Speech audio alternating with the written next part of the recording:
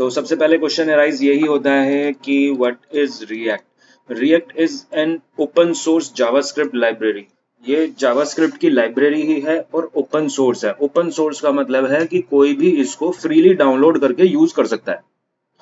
लेकिन रिएक्ट को हम फ्रेमवर्क नहीं बोलते। फ्रेमवर्क और लाइब्रेरी में क्या डिफरेंस है?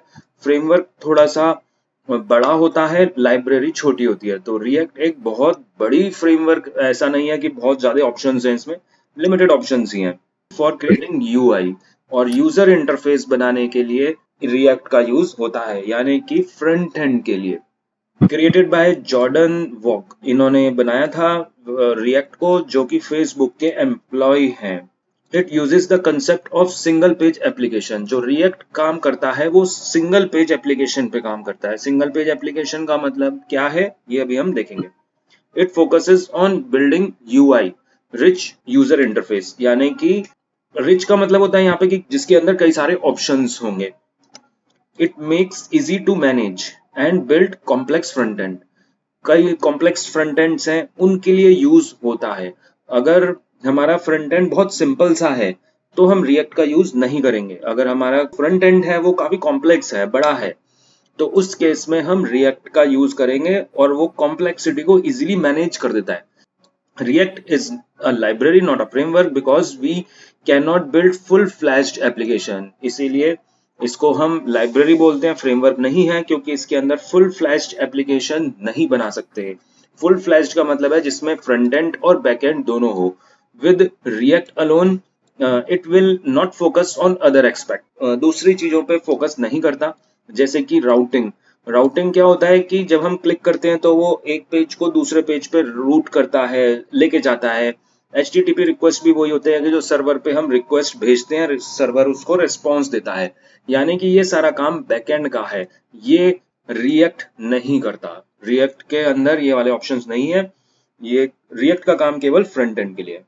जो बैकएंड का काम है उसके लिए हम रिएक्ट के साथ लाइब्रेरीज इंस्टॉल कर सकते हैं, तब जाके हम वो काम कर सकते हैं, या फिर उसके साथ कोई और सर्वर साइड लैंग्वेज को यूज करो। सर्वर साइड लैंग्वेजेस कौन सी है? PHP हो गई, पाइथन है, हाँ, नोड जेएस भी से Node.js है, बिल्कुल सही। To handle routing, HTTP and other functionality, React has rich ecosystem. React के अंदर options हैं और इसके कई सारी लाइब्रेरीज भी हैं जिसके साथ हम कनेक्ट कर सकते हैं, जिससे कि हम फुल फ्लैश्ड वेबसाइट बना सके। React allow us to create large web application that change data without reloading the entire web page. तो सिंगल पेज एप्लीकेशन हमने अभी पढ़ना था और यहाँ पे भी लिखा हुआ है कि React क्या करता है, लार्ज एप्लीकेशन बना देता है, बड़ी वेबसाइट बना देगा, जो कि डेटा को चेंज करेगी बिना पूरे पेज को रीलोड करे। नॉर्मली जब हम PHP में कोई वेबसाइट बनाते हैं या जावास्क्रिप्ट में हमने कोई वेबसाइट बनाई जावास्क्रिप्ट की हेल्प से, तो होता क्या है कि जब हमने एक पेज से दूसरे पेज पे गए तो उसका जो हेडर है, फुटर है, कुछ कॉमन कंटेंट्स हैं, वो भी रीलोड होते हैं उस पेज पे।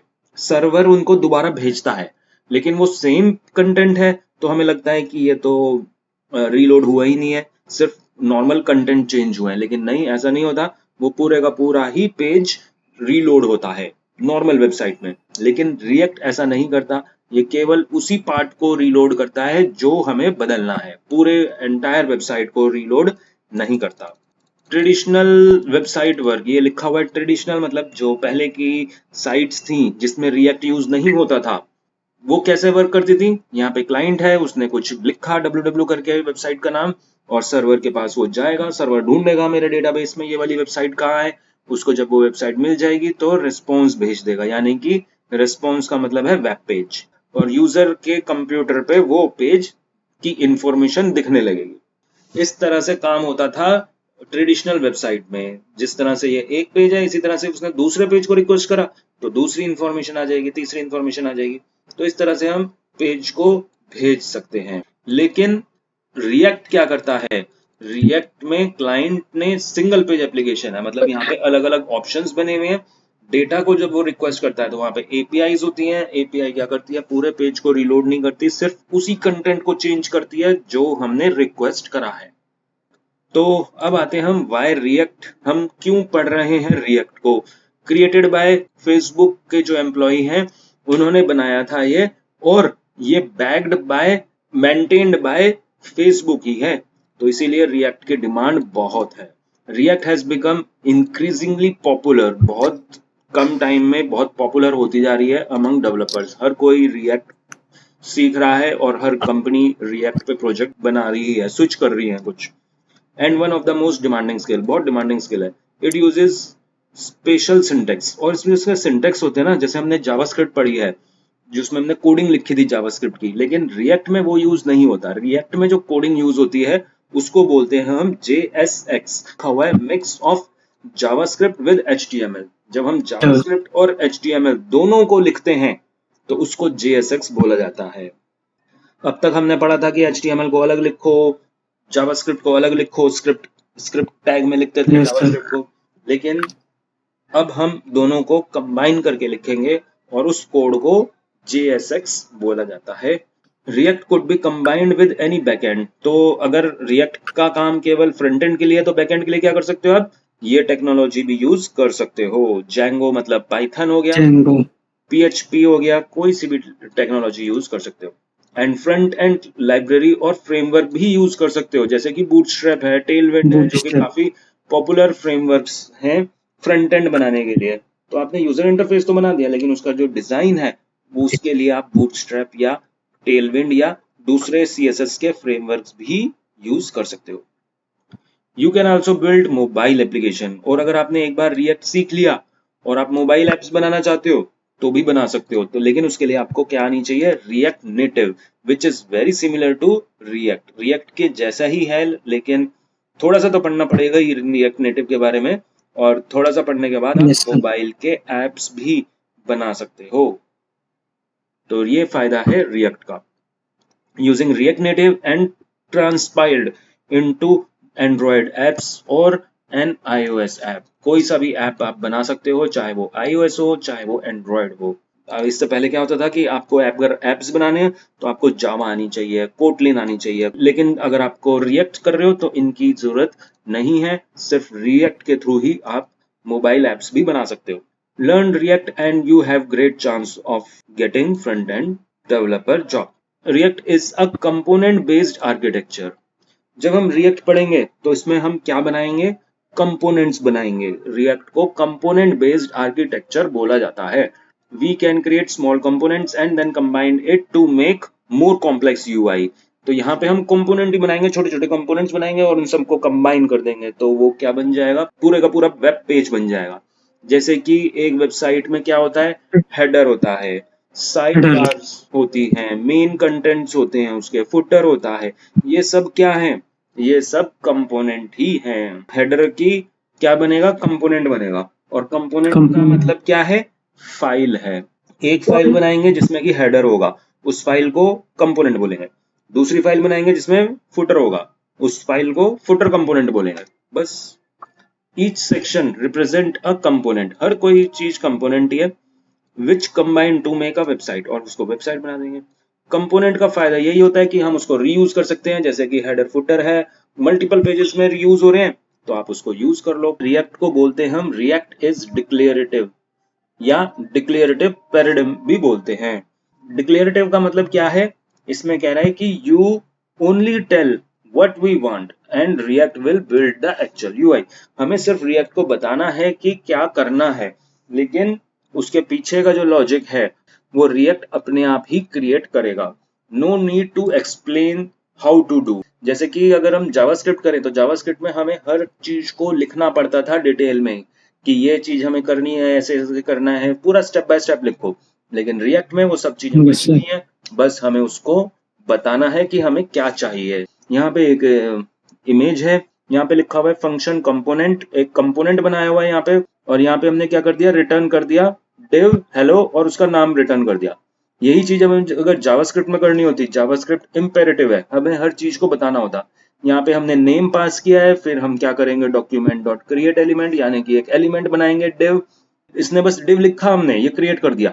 यहाँ पे हमने उसको बताया जावास्क्रिप्ट को कि क्रिएट करना है, लेकिन यहाँ पे क्रिएट हो चुका अपने आप ही div लिखते ही। फिर हमने इस div के अंदर क्या लिखा, हेलो लिखा।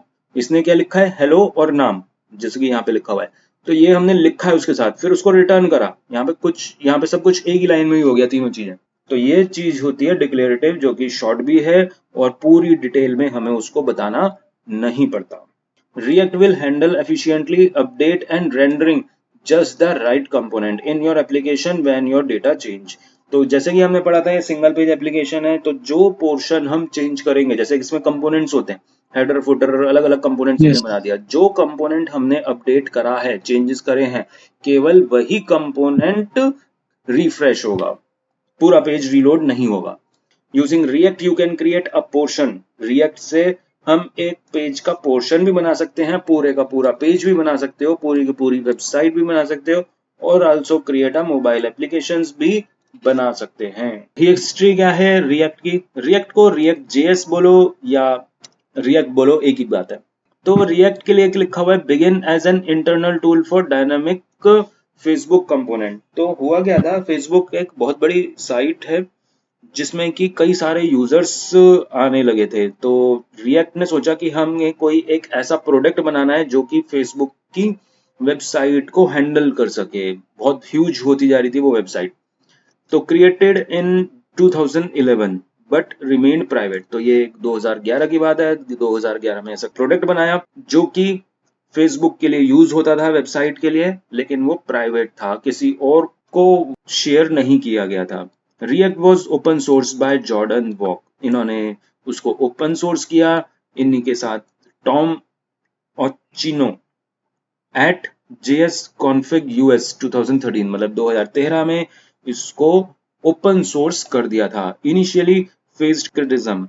जब इसको ओपन सोर्स करा तो ये जो हम पढ़ेंगे ना रिएक्ट, अजीब सा कोड हमें करना पड़ रहा है, बहुत कॉम्प्लेक्स करना पड़ रहा है हमें। एक छोटी सी लाइन लिखने के लिए कई सारी फाइल्स क्रिएट करनी पड़ रही हैं, कई सारे कोड्स लिखने पड़ रहे हैं। तो इसीलिए अगर हम स्टार्टिंग में देखेंगे तो हमें कुछ मुश्किल ही लगेगा रिएक्ट, लेकिन अगर हम बड़े प्रोजेक्ट के लिए यूज करेंगे रिएक्ट को, तो बड़े प्रोजेक्ट इजीली हैंडल हो जाएंगे रिएक्ट से, और वो फिर हमें इजी लगेगा। इसीलिए रिएक्ट छोटे प्रोजेक्ट के लिए नहीं, बड़े प्रोजेक्ट के लिए ही है।